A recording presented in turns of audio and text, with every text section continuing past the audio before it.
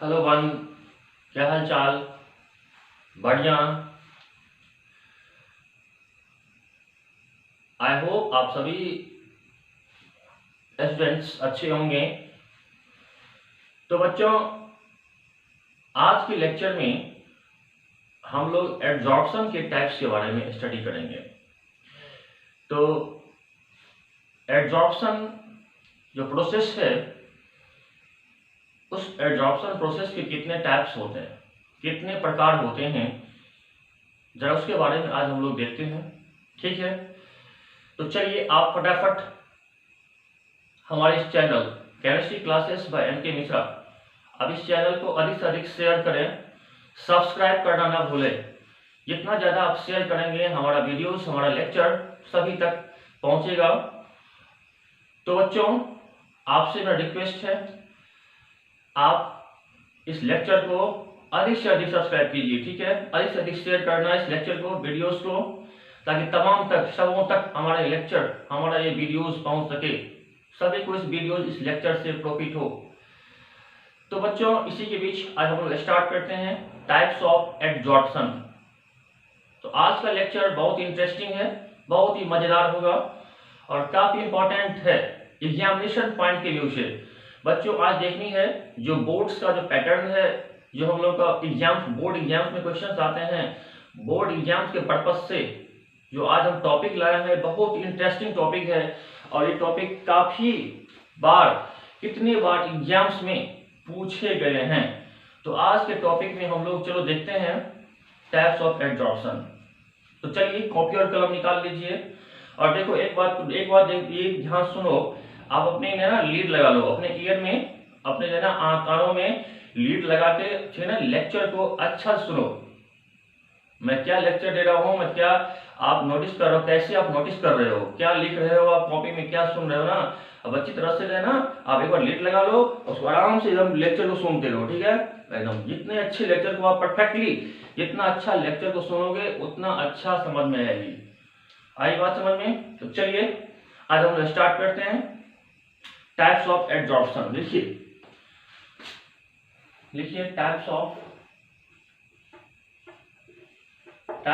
Adsorption. Types of adsorption. ठीक है, तो एड्जॉर्प्शन के कितने प्रकार होते हैं? देखिए, मैंने बताया था पिछले वीडियोस में, जब कोई एड्जॉर्बेंट पे आके अटैच होता है या उसके साथ आके इंटरेक्ट करता है, तो वहां पे किस प्रकार के बॉन्ड बनते हैं, वहां पे किस प्रकार के अट्रैक्शन होते हैं। अब देखिए, जब एड्जॉर्बेंट पे आता है तो कहीं न कहीं लेयर पर अट्रैक्शन होता है, इंटरेक्शन होता है। तो वो इंटरेक्शन किस प्रकार का होगा? या तो इंटरेक्शन, या तो आकर्षण फिजिकली होगा, या तो फिर अट्रैक्शन, इंटरेक्शन क्या होगा, केमिकली होगा। मेरी बात समझ में आ रही है? या तो अगर कोई इस एड्जॉर्बेंट पे आ रहे हैं, या तो दोनों के बीच इंटरेक्शन, आकर्षण या तो फिजिकली होंगे, या तो फिर क्या होगा, केमिकली होगा। तो हम लोगों को देखनी है उसका टाइप्स। अगर फिजिकली होते हैं तो उसको हम लोग बोलेंगे फिजिकल एड्जॉर्प्शन। अगर एड्जॉर्बेंट के बीच अगर केमिकली बॉन्ड बनता है, कोई नया बॉन्ड का फॉर्मेशन होता है, तो वहां पर हम लोग बोलेंगे केमिकल एड्जॉर्प्शन। तो चलिए टाइप लिखते हैं, लिखेंगे देयर आर 2 टाइप्स ऑफ। बहुत इंपॉर्टेंट टॉपिक है ये, बहुत अच्छा टॉपिक, कितना पूछा गया। 2 टाइप्स ऑफ एड्जॉर्प्शन।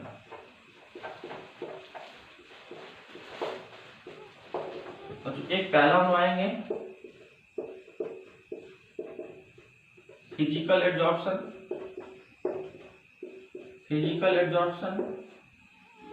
तो दूसरा होगा केमिकल एड्जॉर्प्शन।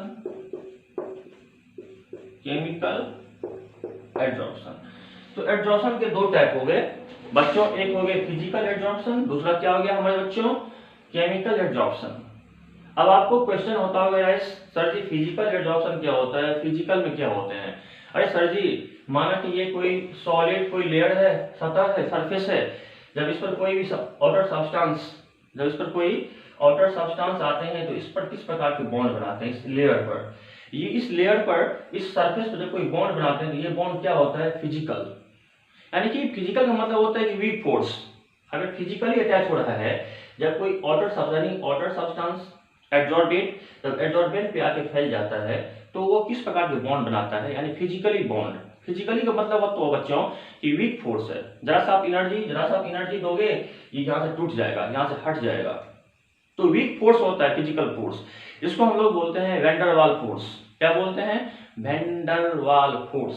तो यहाँ पे एडजॉर्बेट और एडजॉर्बेंट के बीच van Waals force of attraction काम करता है। मेरी बात समझ में आ रही है, एडजॉर्बेट और एडजॉर्बेंट के बीच वैन वाल फोर्स को ही तो हम लोग क्या बोलते हैं, फिजिकल फोर्स। एक कमजोर बल है, एक वीक फोर्स है। स्लाइटली एनर्जी देने पर, हल्का सा ऊर्जा देंगे, ये फोर्स, ये जो हमारा बॉन्ड है ये टूट जाएगा। एडजॉर्बेंट क्या होगा, एडजॉर्बेंट से फ्री हो जाएगा। जिसको आप कैसे करोगे, फिजिकल एडजॉर्बेंट को आप कैसे डिफाइन करोगे, इसको डिफाइन कैसे हमको करना है, when adsorbate and adsorbent are held together by weak van der Waal force of attraction। जब एडजॉर्बेट और adsorbent weak van der Waals force से आकर्षित हो, बंधा हो, अट्रैक्टेड हो, तो उसे हम लोग फिजिकल एडजॉर्प्शन कहते हैं। बस सिंपल सीखना बात है। चलो हम लोग नोट करते हैं फर्स्ट को। चलिए आइए, पहला हमारा फिजिकल है, फिजिकल एडजॉर्प्शन। फिजिकल एडजॉर्प्शन लिखिएगा, when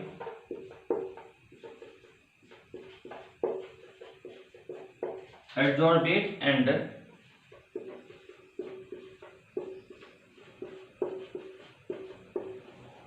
adsorbent are held together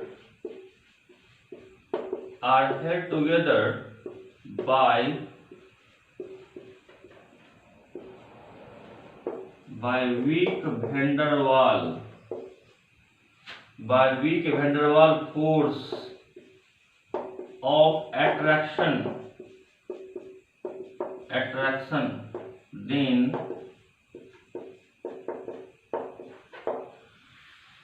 it is called physical adsorption।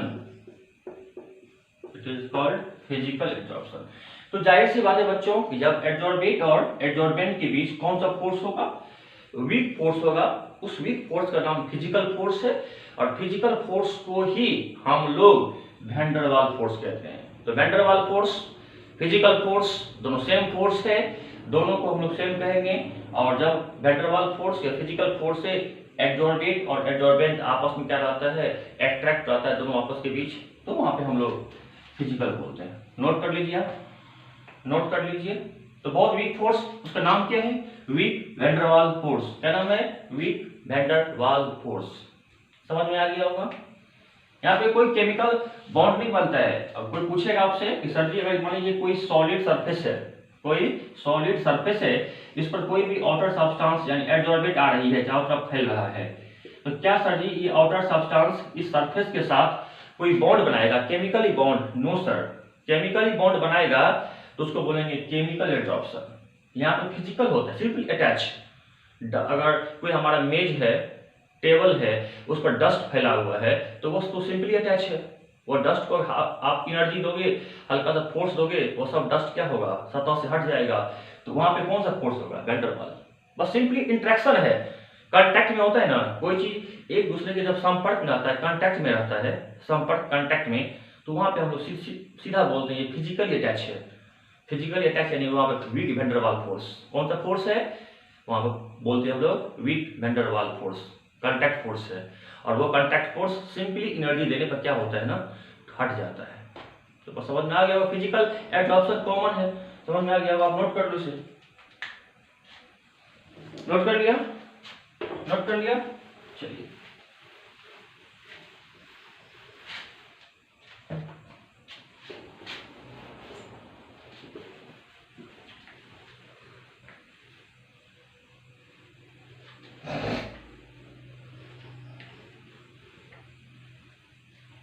Note कर लिया? चलिए,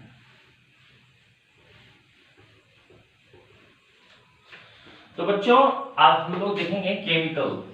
क्या देखेंगे?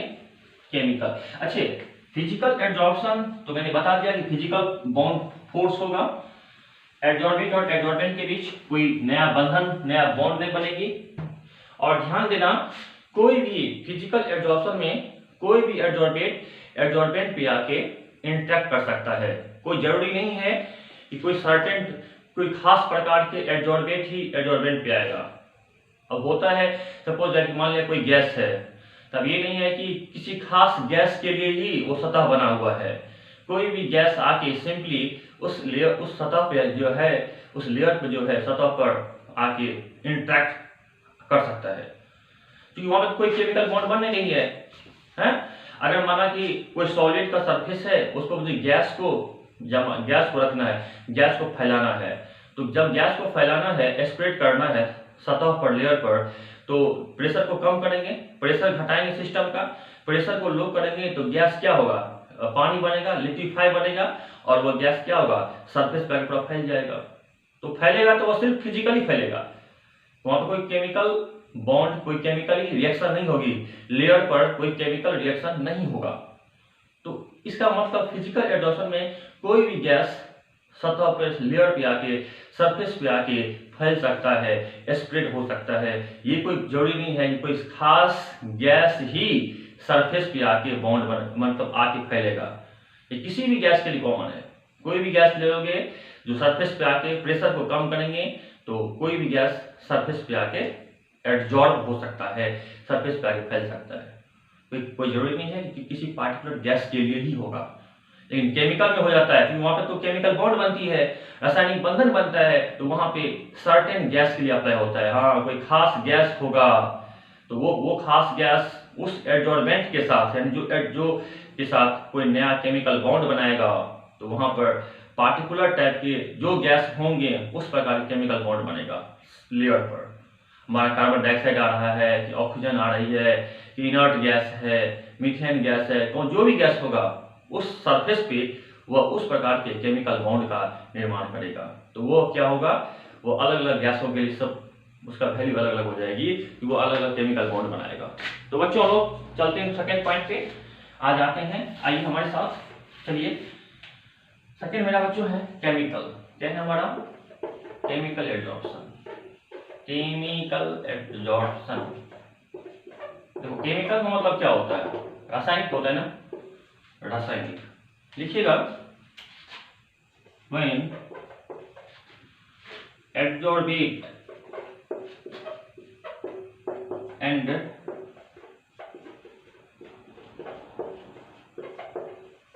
adsorbent are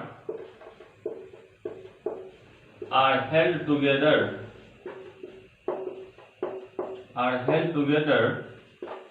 by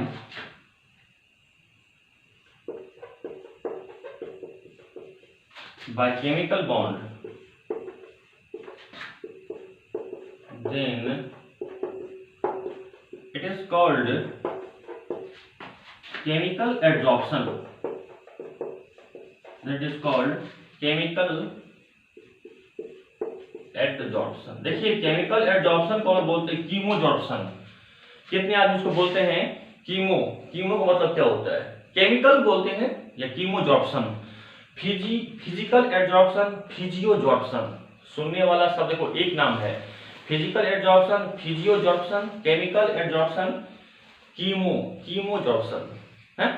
चलो, कीमोजॉर्प्शन या केमिकल एड्जॉर्प्शन, जब एड्जॉर्बेट और एड्जॉर्बेंट के बीच कौन सा फोर्स होगा? तो सर्टेन टाइप का क्या होगा बच्चों? हमारे केमिकल बॉन्ड बनेगा। तो जब कोई सरफेस है, जब इसमें कोई बाहरी सब्सटेंस आ रही है, तो कोई बाहरी आउटर सब्सटेंस को क्या बोलेंगे? एड्जॉर्बेट। सरफेस को क्या बोलेंगे? लेयर को क्या बोलेंगे? एड्जॉर्बेंट। तो जब एड्जॉर्बेट और एड्जॉर्बेंट के बीच क्या बनेगा?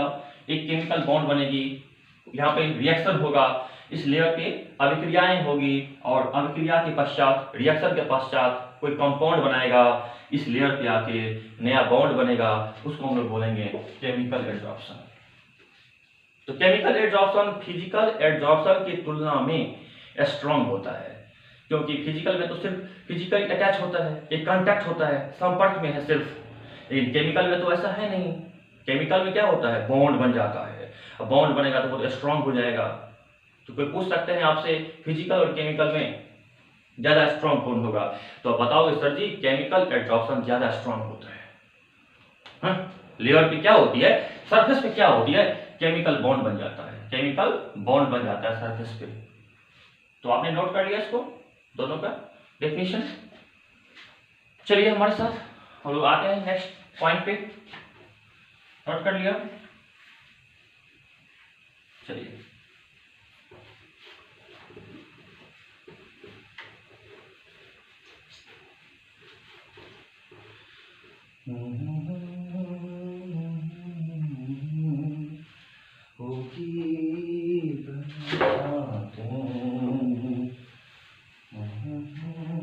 चलो अब बच्चों हम लोग आराम से देखते हैं, टेंशन लेंगे, दोनों में डिफरेंस देखते हैं क्या होता है इसका डिफरेंस। आ जाओ, एक तरफ फिजिकल देंगे, फिजिकल एब्जॉर्प्शन, ठीक है, और एक तरफ केमिकल। एक तरफ क्या देंगे हमारे बच्चों, केमिकल एब्जॉर्प्शन। आ रहा है समझ में, chemical.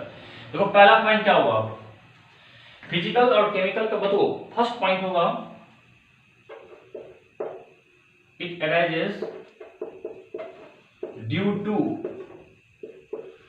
Van der Waals force, weak force होता है, due two week van der Waals force of attraction. आया समझ में, एट्रैक्शन। यहां पे क्या होगा, it arises due to certain type of chemical bond होगा ना, क्या होगा बताओ, certain type of chemical bond होगा। तो यहाँ पे केमिकल बॉन्ड बन जाती है और यहाँ पे क्या होता है ना, सिंपली अटैच एक weak van der Waals force बन जाता है। चलिए दोनों के बीच फोर्स मैंने लिख लिया। बच्चों फिजिकल एट्रैक्शन, आप देखिए यहाँ पे अगला पॉइंट क्या होगा, यहाँ पे अगला पॉइंट होगा फिजिकल एट्रैक्शन में it is reversible in nature, ठीक है, और ये क्या हो जाएंगे, it is irreversible in nature. आया समझ में आ गया होगा, नोट कर लो इसको। देखो पहली बात है, रिवर्सिबल और इरिवर्सिबल क्या होता है। रिवर्सिबल का मतलब होता है देखो बैकवर्ड और फॉरवर्ड, बैकवर्ड रिएक्शन फॉरवर्ड दोनों एक साथ, तो रिवर्सिबल होगा। अगर सीधा ऐसा है रिएक्शन तो इसे बोलेंगे इरिवर्सिबल। ये साइन हुआ इरिवर्सिबल का, देखो इधर आ जाएगा ये वाला ऐसा इरिवर्सिबल। मैं एक बात बच्चों यहाँ पे मेंशन कर ही देता हूँ, अब समझ में आ जाएगा। और बच्चों रिवर्सिबल होगा तो क्या होगा, ऐसा ऐसा, ठीक है। अब देखिए अगर माना कि कोई सॉलिड सरफेस है, इस पर कोई गैस आ रही है, कोई गैस आके सरफेस पे आके जमा हो रहा है, आप क्या करोगे, प्रेशर घटाओगे, दाब को कम करोगे। जब दाब कम करेंगे तो गैस क्या होगा, पानी बन के क्या होगा, सतह पे आके फैल जाएगा। फिर उसको दाब को घटाएंगे, फिर दाब को हम लोग क्या करेंगे बताओ, बढ़ाएंगे थोड़ा सा, तो फिर गैस क्या होगा, सतह से क्या होगा, बढ़ जाएगा। तो टेम्परेचर को हम लोग फिक्स करके प्रेशर को क्या करेंगे, एकदम कम करेंगे। क्या करेंगे, प्रेशर को घटाएंगे, हाँ, तो फिर वहां पर ऐसा हो जाए। तो याद रखना कि ये गैस जो सरफेस पे आके जमा होता है या कोई भी आउटर सब्सटेंस सरफेस पे आके जमा होता है, फैलता है, फिर ये क्या होता है ना, आपको सतह से हट जाते हैं, सतह से भी हटते भी है ना, क्योंकि कांटेक्ट फोर्स है। तो ये क्या होगा, रिवर्सिबल होगा, आया फिर यहाँ से चला गया, फिर इसको हिट करेंगे, यहाँ से क्या होगा, फिर ये भाग जाएगा, फिर इसको प्रेशर को करेंगे कम, फिर ये आपको फिर यहाँ आ जाएगा। तो अब यहाँ इसमें क्या होता है, ऐसा नहीं होता है, क्योंकि यहाँ पर केमिकल बॉन्ड बन जाती है, कोई रासायनिक बॉन्ड बन जाता है। जब भी आपने पढ़ा होगा, जब कोई रासायनिक बॉन्ड केमिकल बॉन्ड बनेगा, रासायनिक बंधन बनेगी, तो रासायनिक प्रक्रिया को तो भैया हम लोग जो उत्पाद बन जाता है प्रोडक्ट, तो उस प्रोडक्ट को तो पुनः हम लोग रिएक्टेंट में तो नहीं ला सकते हैं। तो इस इरिवर्सिबल इसीलिए है कि इसमें लेयर पर, सरफेस पर जो नया सब्सटेंस बन जाता है, प्रोडक्ट बन जाता है, वह पुनः फिर ओरिजिनल में नहीं आ पाता है। तो यहाँ पर केमिकल बॉन्ड, केमिकल अभिक्रिया होती है, रासायनिक अभिक्रिया जब भी होगा तो नया चीज बनेगा, और जब नया चीज बनेगा तो वह पुनः अपने चीज में कभी नहीं आएगा। तो ये क्या हो जाएगा? इरिवर्सिबल। इसको बोलते अनुत्क्रमणीय, इरिवर्सिबल होगा हमेशा। और ये क्या हो जाएगा आपका? हमेशा रिवर्सिबल होगा। यानी कि आया सतह पे जमा हुआ, फिर इसको हीट किए, फिर क्या होगा? सतह से चला गया, फिर देंगे प्रेशर, फिर लेयर में आ जाएगा, फिर हट जाएगा, आएगा जाएगा, आएगा जाएगा। तो रिवर्सिबल, इसका साइन ये होता है। चलिए समझ में आ गया होगा बच्चों। थर्ड पॉइंट लिखिए, it forms multimolecular layer. It forms multimolecular layer, बहुत अच्छा टॉपिक है। और ये बनाएगा, it forms unimolecular layer. Note कर लीजिए इसको।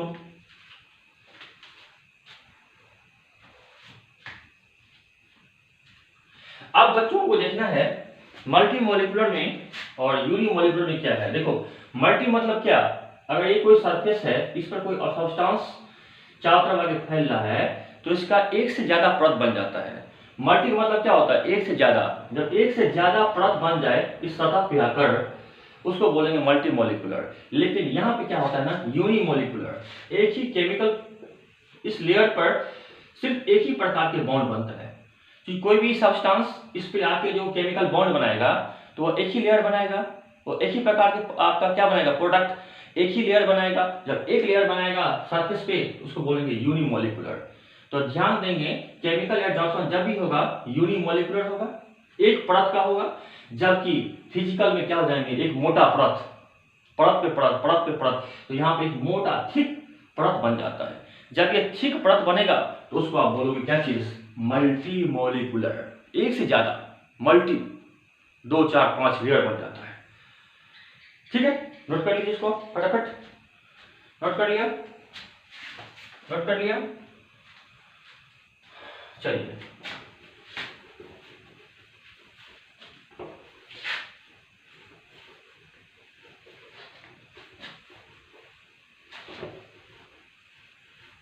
नोट कर लिया?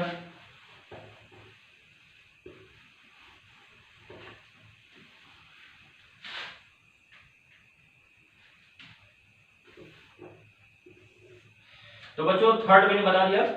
बच्चों में फोर्थ पे आते हैं। फोर्थ लिखिए आप, it is not specific. It is not specific in nature. Specific in nature, ये क्या हो जाएंगे? It is specific, specific in nature. देखिए स्पेसिफिक का मतलब होता है कोई खास, विशिष्ट। तो जाहिर सी बात है कि जब सरफेस पे कोई आउटर सब्सटेंस आ रहा है तो केमिकल एडजॉर्प्शन कहता है कि हम किसी खास सब्सटेंस को ही अगर आ रही है तो वहां पर किसी खास सब्सटेंस के साथ खास ही प्रकार के केमिकल बॉन्ड बनाएंगे। देखिए अगर माना कि सपोज दैट कि अगर ये आयरन का ऑब्जेक्ट है, आयरन का सब्सटेंस है, टुकड़ा है, इस पर मॉइस्चर और ऑक्सीजन गैस और मॉइस्चर के साथ इस पर जंग लगता है। तो जब जंग लग जाता है, रस्टिंग, तो रस्टिंग का फॉर्मूला क्या होता है? Fe2O3 into XH2O। मैंने पढ़ाया भी था आपका कहाँ पे? इलेक्ट्रोकेमिस्ट्री में। तो जब रस्ट बन जाता है तो इसका मतलब ये क्या है? अब ये बताओ रस्ट क्यों बना?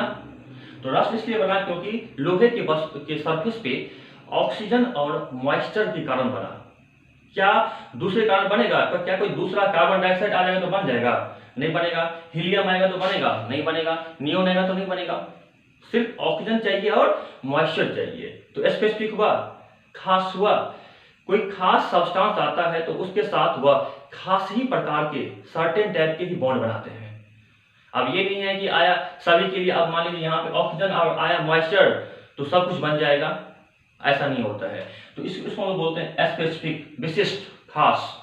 क्योंकि जब एक नया केमिकल बॉन्ड बन जाता है तो ये किसी भी सब्सटेंस के लिए क्या होता है? पार्टिकुलर। कोई भी आउटर पदार्थ, आउटर सब्सटेंस आएगी तो वहां पर उसी प्रकार का क्या बनाएगा, प्रोडक्ट बनाएगा। लेकिन यहाँ पे नहीं होता है, तो ये फिजिकल है। कोई भी सब्सटेंस, कोई भी ऑर्डर पदार्थ सतह पे आएगा तो सिंपली आके वह चारों तरफ फैल जाएगा, कांटेक्ट में आ जाएगा, फिजिकली आके फैल जाएगा। Wick van der Waals force से क्या होगा, एडजॉर्बेट और एडजॉर्बेंट दोनों आके चिपक जाएगा। तो ये किसी के लिए कॉमन है, कोई भी चीज आओ आके लेयर पे आके फैल जाएगा, तो उसको हम लोग बोलते हैं कि नॉट स्पेसिफिक। ये स्पेसिफिक नहीं होता, ये सभी के लिए कॉमन है।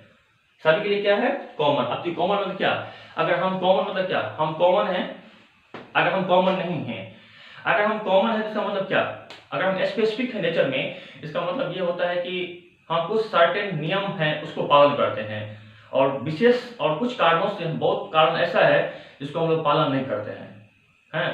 सपोज मुझे खाना हम पसंद है।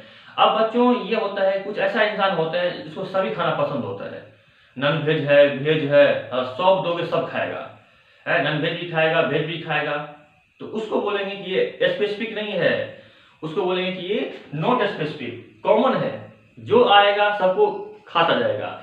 लेकिन ये कहते हैं नो सर, हम स्पेसिफिक हैं, हमको नॉन वेज ही चाहिए या हमको वेज ही चाहिए, हम उसी के साथ वो चीज बनाएंगे, नया चीज। तो इसका मतलब कहने का ये हुआ कि ये अपने आप में नया केमिकल बॉन्ड बनाएगा किसी के साथ, तो स्पेसिफिक होगा। लेकिन ये तो ऐसा कहता नहीं है भैया, कोई भी आएगा तो वो सिंपली हमारे लेयर पे आके फैल जाएगा physically van der Waals force के साथ। चलिए नोट कर लिया चौथा पॉइंट, बहुत अच्छा लगा। पांचवा पॉइंट नोट कीजिए,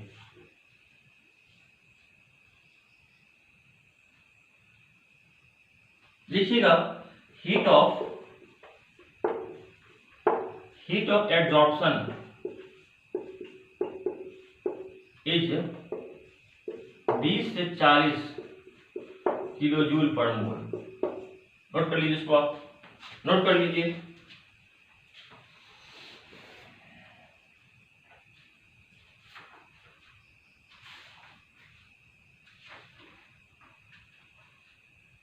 नोट कर लिया।